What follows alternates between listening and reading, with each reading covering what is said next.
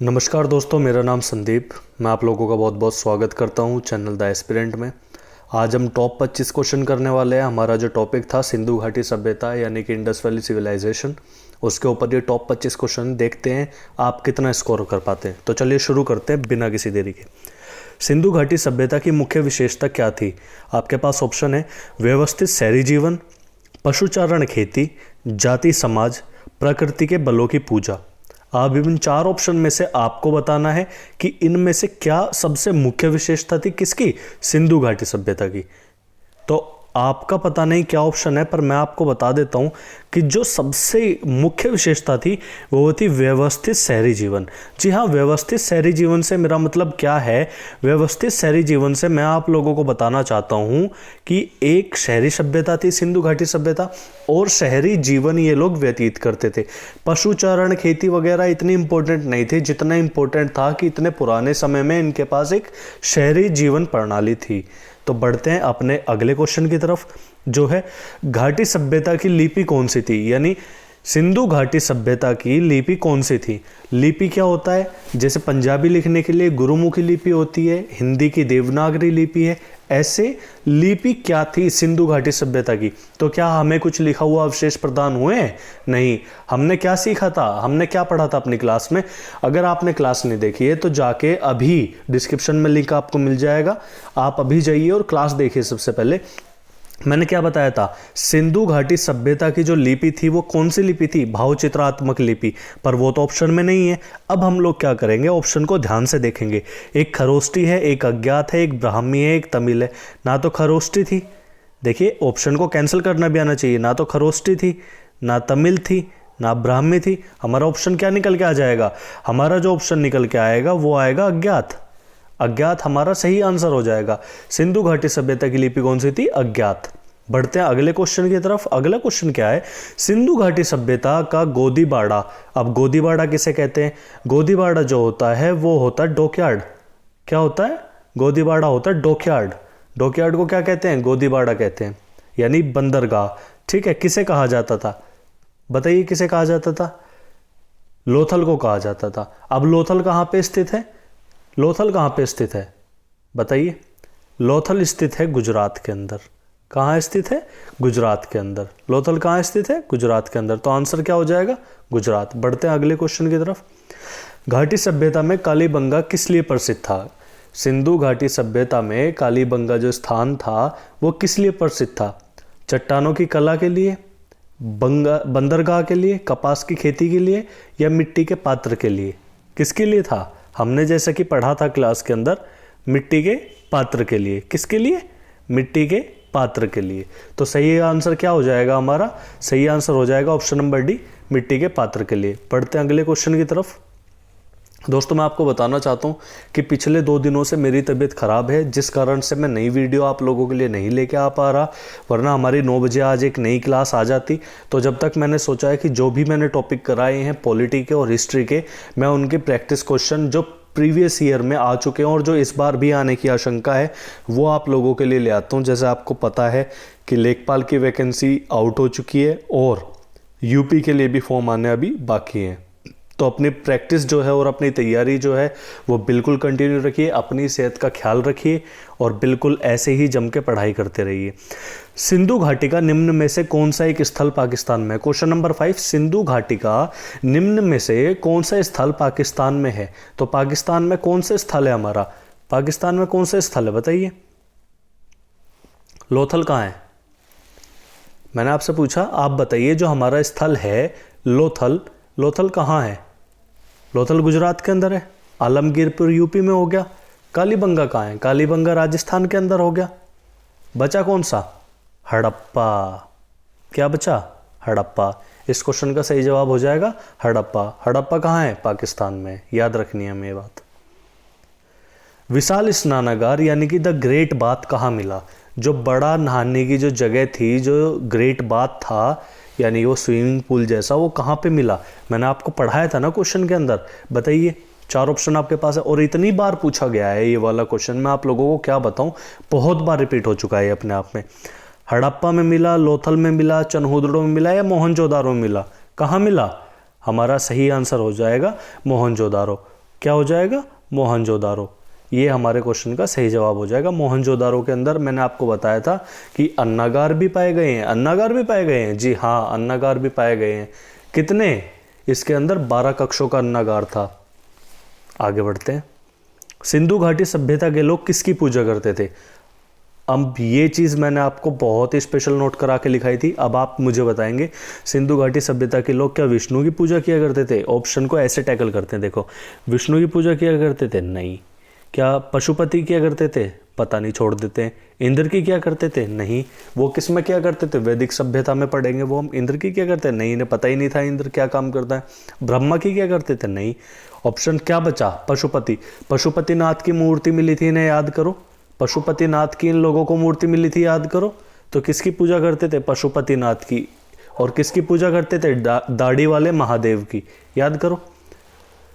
बढ़ते अगले क्वेश्चन की तरफ। मोहनजोदड़ो और हड़प्पा डैश प्रकार के नगर थे? धार्मिक नगर थे क्या? नहीं जी, धर्म जैसी तो कोई चीज ही नहीं चलती थी वहां पे। तटीय नगर थे क्या? जी नहीं, तटीय नहीं थे सारे के सारे। कुछ कुछ तटीय थे, कुछ कुछ तटीय नहीं थे। कृषि नगर थे क्या? जी नहीं। कैसे थे? शहरी नगर थे। विशेषता क्या है हड़प्पा की? शहरी नगर था। मोहनजोदड़ो भी शहरी नगर था। ये चीज़ हमें याद रखनी है। बढ़ते हैं अगले क्वेश्चन की तरफ। अपना अपना स्कोर आप लोग नोट करते रहेंगे कि आप कितने क्वेश्चन का सही जवाब दे पा रहे हैं, और आप कमेंट बॉक्स में लिखेंगे कि आपका जो स्कोर है वो कितना रहा। देखिए, ये क्वेश्चन सारे के सारे प्रीवियस ईयर में ये क्वेश्चन आ चुके हैं, और ये क्वेश्चन बहुत ही ज़्यादा इंपॉर्टेंट है एग्जाम के पॉइंट ऑफ व्यू से। अगर ये क्वेश्चन आपने कर लिए और नोट्स बना लिए और वीडियो को कंप्लीट तरीके से देख लिया, तो इस टॉपिक से एक भी क्वेश्चन आपका किसी भी एग्जामिनेशन में नहीं छूटने वाला। देखते हैं क्वेश्चन नंबर 9। घाटी की सभ्यता में घोड़े के अवशेष कहाँ से मिले? बहुत ही इंपॉर्टेंट क्वेश्चन, और बहुत ही ज़्यादा मार्क करके मैंने आपको लिखवाया था। घाटी सभ्यता में घोड़े के अवशेष हमें कहाँ से मिले हैं? घोड़े के अवशेष जो हमें मिले हैं वो कहाँ से मिले हैं? बताइए आप। मैं आपको टाइम देता हूँ, आप इस क्वेश्चन पे सोच सकते हैं। बताइए कहाँ से मिले? तो घोड़े के जो हमें अवशेष मिले हैं वो कहाँ से मिले हैं? वो मिले हैं सुरकोटड़ा से। कहाँ से? सुरकोटड़ा से।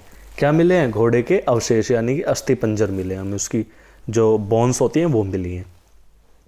अगले क्वेश्चन की तरफ। निम्नलिखित में से किस पदार्थ का उपयोग हड़प्पा काल की मुद्राओं के निर्माण में मुख्य रूप से किया गया था? अब देखिए, आप सोच रहे होंगे सारे क्वेश्चन वही हैं जो हम लोगों ने पढ़ रखे हैं। हाँ, बस इस टॉपिक के अंदर यही है। ऐसा नहीं है कि मैं छांट छांट के क्वेश्चन लेके आया हूँ। ये वो क्वेश्चन है जो प्रीवियस ईयर में 2 से ज़्यादा बार रिपीट हो चुके हैं। कितनी बार? 2 से ज़्यादा बार। देखते हैं क्वेश्चन नंबर 10 का आंसर क्या है। निम्नलिखित में से किस पदार्थ का उपयोग हड़प्पा काल के मुद्राओं के निर्माण में मुख्य रूप से किया गया था? सैलखड़ी, कांसा, तांबा या लोहा? लोहा तो इन लोगों को मिला ही नहीं था। लोहा जो था वो तो इन लोगों को मिला ही नहीं था, इन्हें तो पता ही नहीं था लोहे नाम की चीज़ है। तांबा? नहीं, तांबा का नहीं था। कांसे का सिक्का था? कांसे का नहीं था। किस चीज़ का था? सैलखड़ी का, यानी स्टीलियटाइल का सिक्का था। हड़प्पा सभ्यता किस युग की सभ्यता थी? Question number 11। हड़प्पा सभ्यता किस युग की सभ्यता थी? तो हड़प्पा सभ्यता किस युग की थी? किस युग की थी? मैंने आपको हड़प्पा की टाइमिंग बताई 2500 से 1750 ईसा पूर्व। तो ये किस युग की थी? ये थी कांस्य युगीन। कांस्य युगीन सभ्यता कहा जाता है हड़प्पा सभ्यता को। कैसे पता चला? किस विधि द्वारा समय को ज्ञात किया जाता है? C14 कार्बन विधि द्वारा। मैंने आपको बताया था ना, मोस्ट इंपॉर्टेंट है C14 कार्बन विधि। इसे भी याद रखेंगे, ये क्वेश्चन भी कई बार पूछा जा चुका है। आगे बढ़ते हैं।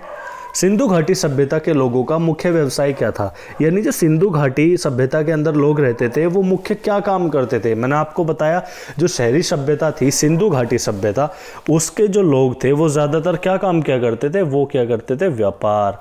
क्योंकि अगर अधिकतर रूप में अगर वो लोग कृषि करेंगे, मान लीजिए आपने सोचा कि वो लोग कृषि भी तो करते थे, अगर आप मुख्य रूप से बताएंगे कृषि, तो ऐसे समझ के देखिए जैसे कि आपका कोई गांव है, आपका कोई क्षेत्र है, और उसके अंदर हद से ज़्यादा लोग क्या कर रहे हैं? कृषि कर रहे हैं। अगर इसके अंदर 25% से ज़्यादा लोग, अगर 25% से ज़्यादा लोग इसके अंदर खेती कर रहे हैं, तो ये ग्रामीण सभ्यता कहलाएगी। पर हमारी सभ्यता कौन सी थी? शहरी सभ्यता। तो मुख्यतः लोग क्या करते थे? व्यापार करते थे। आगे बढ़ते हैं। निम्नलिखित में से हड़प्पा सभ्यता का सर्वप्रथम खोजकर्ता कौन था? यानी जो हड़प्पा सभ्यता थी सबसे पहले उसकी खोज किसने करी थी? उसे किसने खोज निकाला था? किसने खोज निकाला था? देखिए, जो सबसे पहले खोजकर्ता थे वो कौन थे? दयाराम साहनी। कौन थे? दयाराम साहनी। जॉन मार्शल ने क्या किया था? जॉन मार्शल की अध्यक्षता में सब काम हुआ था और इन्होंने नामकरण किया था। क्या किया था? नामकरण। इन्होंने क्या किया था? इन्होंने किया था नामकरण। ए कनिंघम जो है, ए कनिंघम को क्या मिला था? ए कनिंघम को सबसे पहले कॉइन मिला था, पर इन्होंने ध्यान नहीं दिया। इन्होंने ध्यान नहीं दिया। इन्होंने कहा नहीं यार छोड़ो जो भी चीज़ है, आगे बढ़ते हैं। तो उसके बाद जब ध्यान गया तो किसका गया? जॉन मार्शल का गया। अब जॉन मार्शल का जब ध्यान गया तो इन्होंने कहा कि भैया ऐसे ऐसे यहाँ तो और कुछ भी मिल सकता है। अब दयाराम साहनी को कहा भाई जाओ, और भाई जाके खोज करी तो वहाँ से चीज़ें मिली। आज की अगर मैं कोई ऐसी साइट आपको बताऊँ तो सिनोली नाम का एक गांव है बड़ौत के पास, उसके अंदर आजकल बहुत सारी चीज़ें मिल रही हैं और उसके ऊपर एक डॉक्यूमेंट्री बनाई है। मनोज वाजपेयी शायद उस डॉक्यूमेंट्री के अंदर है, डिस्कवरी चैनल ने शायद वो बनाई है। आप सिनोली के बारे में डाल के देखेंगे आपको पता चलेगा, वहाँ भी शायद एक कोई सिविलाइजेशन है, उसका भी पता वो लोग अब तक भी लगा रहे हैं। तो हड़प्पा कालीन समाज किन वर्गों में विभाजित था? अगर बात करें हड़प्पा कालीन समाज की तो किन वर्गों में विभाजित था? मैंने आपको बताया था। वर्ग किस प्रकार के थे? ऑप्शन टैकल करते हैं। राजा, पुरोहित, सैनिक और शूद्र बिल्कुल नहीं थे। ब्राह्मण, क्षत्रिय, वैश्य, शूद्र, ये तो वर्ण व्यवस्था है। कौन सी व्यवस्था है ये वर्ण व्यवस्था है। ये था नहीं, ये भी नहीं था, ये भी हमारा नहीं था। विद्वान, योद्धा, व्यापारी और श्रमिक, जी हाँ यही तो था। क्या शिकारी, पुजारी? नहीं। एक वर्ग, वर्ग किसे कहते हैं? देखिए वर्ग, एक व्यक्ति अगर कोई होगा ना, जैसे मान लो पूरा बड़ा राज्य है ये, इसके अंदर 10 हमारे पुजारी हैं, तो हम उन्हें एक पूरा वर्ग नहीं कहेंगे। अगर जिस काम के लिए ज़्यादातर लोगों की ज़रूरत पड़ती है, अब देखो एक चीज़ देखना है इसके अंदर, मैं आपको दिखाता हूँ।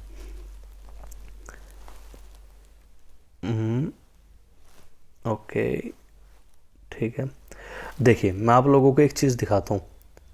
जो इस क्वेश्चन के अंदर जो ये ऑप्शन दिया हुआ है, इसमें विद्वान, क्या एक राज्य के अंदर 10, 20, 30, 40, 50 विद्वान हो सकते हैं? हो सकते हैं। क्या रक्षा करने के लिए 10, 20, 30, 40, 50 से ज़्यादा योद्धा हो सकते हैं? हो सकते हैं। क्या एक राज्य के अंदर 10, 20, 30, 40 से ज़्यादा व्यापारी हो सकते हैं? हो सकते हैं। क्या एक राज्य के अंदर 10, 20, 30, 40 से अधिक श्रमिक हो सकते हैं? जी हाँ हो सकते हैं। तो इस वजह से ये एक वर्ग था। पुजारी कोई वर्ग नहीं हो सकता, क्योंकि सीमित ही तो स्थान होंगे, पूजा स्थल जो होंगे वो सीमित होंगे ना, इसलिए। आगे बढ़ते हैं। क्वेश्चन नंबर 15, आप अपना स्कोर बहुत ध्यान से देखेंगे और नेगेटिव मार्किंग काट के स्कोर बताएंगे। हड़प्पा सभ्यता की खोज किस वर्ष में स्टार्ट हुई? हड़प्पा सभ्यता की खोज जो स्टार्ट हुई वो 1921 में हुई। जॉन मार्शल की अध्यक्षता में हुई, दयाराम साहनी द्वारा हुई, नामकरण जॉन मार्शल द्वारा दिया गया। समकालीन सभ्यताएं थी चीन की सभ्यता और मेसोपोटामिया की सभ्यता। मेसोपोटामिया कहाँ? इराक में। कौन सी नदी के किनारे? दजला और फरात नदी पर। आगे बढ़ते, क्वेश्चन नंबर 16, सिंधु घाटी सभ्यता का सर्वाधिक मान्यता प्राप्त काल। सिंधु घाटी सभ्यता के बहुत सारे काल माने जाते हैं। मैंने अभी आपसे पॉइंट डिस्कस किया कि बहुत सारे काल माने जाते हैं, पर जो इसका निश्चित काल है वो कौन सा है? इसका निश्चित काल ये है। ये इस क्वेश्चन का सही आंसर है। पर कैसे पता चला कि ये है? इसका पता कैसे चलता है? इसका पता चलता है कार्बन C14 विधि द्वारा। किससे? कार्बन C14 विधि द्वारा इसका पता चलता है। अगले क्वेश्चन पे बढ़ते हैं। हिंद का नखलिस्तान या फिर कह लो बाग हड़प्पा सभ्यता के किस पूरा स्थल को कहा गया है? यानी हिंद का बाग किसे कहा गया है निम्न में से? ये पूछ रहा है क्वेश्चन। तो क्वेश्चन ने पूछा और ऑप्शन दिया क्या हड़प्पा को कहा गया, क्या मोहनजोदड़ो को कहा गया, क्या कालीबंगा को कहा गया, क्या लोथल को कहा गया? सबसे पहले तो आप लोगों को क्या करना है कि इनकी स्थिति आप लोगों को याद रखनी है। हड़प्पा कहाँ पे है? पाक। मोहनजोदड़ो कहाँ पे है? पाक, पाकिस्तान या पाकिस्तान कह लो या कह लो सिंध के अंदर है। सिंध के अंदर। राइटिंग इस पे कुछ खास आ नहीं रही वैसे।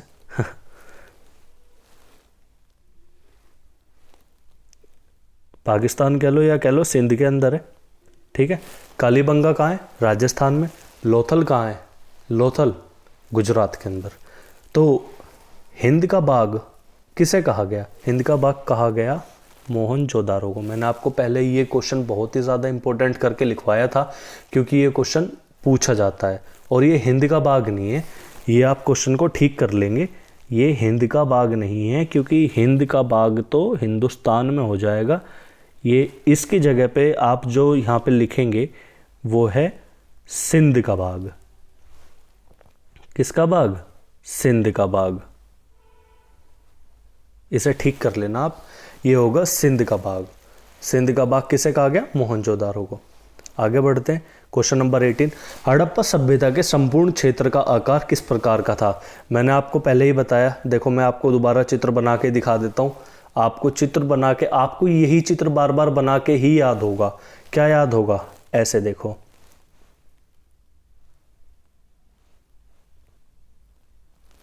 एक सेकेंड,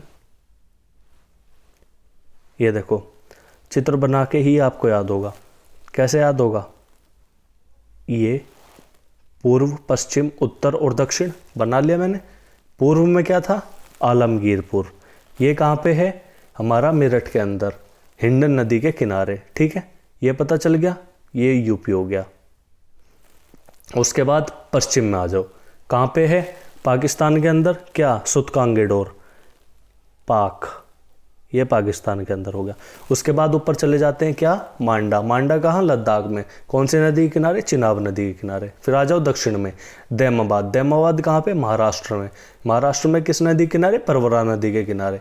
ठीक है, अब ये देखो जो ये चीज़ बन रही है, अगर मैं पूरा यहाँ से ले लूँ आपका, और यहाँ से जाते जाते ये सारी की चीज़ अगर मैं काउंट करूँ तो ये ट्राइंगल की शेप ले लेगा। रुक जाओ, नया बना के दिखा देता हूँ आपको। अगर मैं इसको ऐसे बनाऊँ, ये सबसे पहले हमारा क्या हो गया? ये हो गया हमारा आलमगीरपुर वाला पॉइंट हो गया। ये हमारा कौन सा हो गया? सुतकांगेडोर वाला पॉइंट हो गया। ये मांडा वाला पॉइंट हो गया, और ये दैमाबाद वाला पॉइंट हो गया। तो क्या ये हमारा ट्रायंगल बना? नहीं बना? बना ना ट्रायंगल। तो इसे क्या कहते हैं? इसे त्रिभुजाकार शेप कहते हैं, यानी ट्रायंगल शेप का। तो इस क्वेश्चन का जो सही आंसर हो जाएगा वो क्या हो जाएगा? इस क्वेश्चन का सही आंसर हो जाएगा त्रिभुजाकार। अगले क्वेश्चन की तरफ चलते हैं। हड़प्पा सभ्यता के अंतर्गत हल से जोते गए खेत का साक्ष्य कहाँ से मिलता है? अब ये क्वेश्चन है बहुत इंपॉर्टेंट क्वेश्चन। क्या है ये क्वेश्चन? है बहुत इंपॉर्टेंट क्वेश्चन। क्यों? अब आपको बताना है कि जोते हुए खेत का साक्ष्य। अब जोते हुए खेत में कृषि किसकी करते थे? मैंने बताया चना और सरसों की कृषि किया करते थे। किसकी? चना और सरसों की कृषि किया करते थे। तो कहाँ से मिला साक्ष्य? साक्ष्य मिला कहाँ से? कहाँ से साक्ष्य मिला? इनको जो साक्ष्य मिला वो मिला कालीबंगा से। कहाँ से? कालीबंगा से। कालीबंगा से और क्या मिला था? दिनहीन बस्ती कहा जाता था किसे? कालीबंगा को। जली हुई पकी चूड़ियों के साक्ष्य मिले थे, ऊँट की हड्डियों के साक्ष्य मिले थे, हवन कुंड मिले थे, और मिट्टी का हल मिला था। कहाँ से? बनावली, हरियाणा से। चलिए आगे बढ़ते हैं। मोहनजोदड़ो कहाँ स्थित है? कितना प्यारा क्वेश्चन और कितना सिंपल क्वेश्चन है। मैंने आपको क्या बताया? मोहनजोदड़ो कहाँ स्थित है? पाकिस्तान है, पर क्या मोस्टली कहाँ स्थित है? सिंध के अंदर। कहाँ स्थित है? सिंध के अंदर। आगे बढ़ते हैं क्वेश्चन नंबर 21 पे। मोहनजोदड़ो को एक अन्य नाम से भी जाना जाता है। ठीक है जी, एक नाम तो हमें मोहनजोदड़ो का पहले पता है, क्या? सिंध का बाग कहा जाता है। और क्या कहा जाता है इसे? जीवतों का टीला? जी नहीं, जीवतों का कौन सा टीला होता है? जीवतों के टीलों को तो शहरिया ग्राम कहते हैं। कंकालों का टीला? नहीं, कंकालों का टीला भी नहीं। मृतकों का टीला? जी हाँ, मृतकों का टीला। मोहनजोदड़ो को क्या कहा जाता है? मोहनजोदड़ो को कहा जाता है मृतकों का टीला। मृतकों का टीला क्यों? क्योंकि ये ग्रेवयार्ड माना जाता है। सिंधी भाषा का शब्द है ये। मोहनजोदड़ो जो है सिंधी भाषा का शब्द है, जिसका अर्थ है मृतकों का टीला। ये नाम ही इसका मृतकों का टीला है। ठीक है, आगे बढ़ते हैं। Question number 22। मांडा किस नदी के किनारे स्थित है? मांडा जो मैंने बताया उत्तर के अंदर पड़ता है, जो उत्तर की तरफ सबसे टॉप के अंदर जो हमारा स्थल पाया गया है हड़प्पा सभ्यता का। मांडा किस नदी के किनारे स्थित है? चिनाब नदी के किनारे स्थित है, लद्दाख के अंदर पड़ता है। ठीक है, अगले क्वेश्चन की तरफ बढ़ते हैं। Question number 23। हड़प्पा कालीन स्थल रोपड़ किस नदी के किनारे स्थित है? अब देखिए, अगर आपका स्कोर इसमें बहुत कम रह जा रहा है, आपको नहीं पता चल रहा कि इनका सही उत्तर क्या होगा और मैं कैसे इसे ठीक करूं, अगर आपकी हिस्ट्री वीक है, तो आपको क्या करना है, जो भी वीडियो हमारे चैनल पे डली हुई है ना हिस्ट्री की, आपको वो देख लेनी है। और उन वीडियो को देखने के बाद उनके साथ साथ नोट्स बनाने, नोट्स रिवाइज करने और फिर इस वीडियो को देखना है। आपके सारे पॉइंट क्लियर हो जाएंगे। और अगर आपको अच्छा लगे तो आप वीडियो को लाइक, शेयर और चैनल को सब्सक्राइब कर सकते हैं अगर आपने चैनल अब तक सब्सक्राइब नहीं किया है। तो देखते हैं क्वेश्चन नंबर 23, हड़प्पाकालीन स्थल रोपड़ किस नदी के किनारे स्थित है? रोपड़ मैंने कैसे याद कराया था, मैंने क्या बताया था, मैंने कहा रोपड़ भैया। अब तो तू रोपड़ क्यों तू कहाँ आ गया? तू आ गया पंजाब के अंदर। कहाँ पे आ गया? पंजाब के अंदर। रोपड़ पंजाब। पंजाब कौन सी नदी के किनारे स्थित है? सतलज नदी के किनारे। कौन सी नदी? सतलज नदी के किनारे। ठीक है। रावी नदी के किनारे क्या स्थित है? रावी नदी के किनारे क्या स्थित है? रावी नदी के किनारे स्थित है हड़प्पा। हड़प्पा,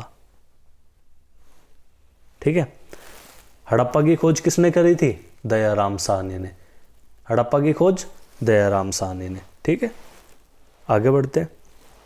निम्नलिखित में से कौन मोहनजोदड़ो की सबसे बड़ी इमारत मानी जाती है? सबसे बड़ी इमारत कौन सी मानी जाती है मोहनजोदड़ो की?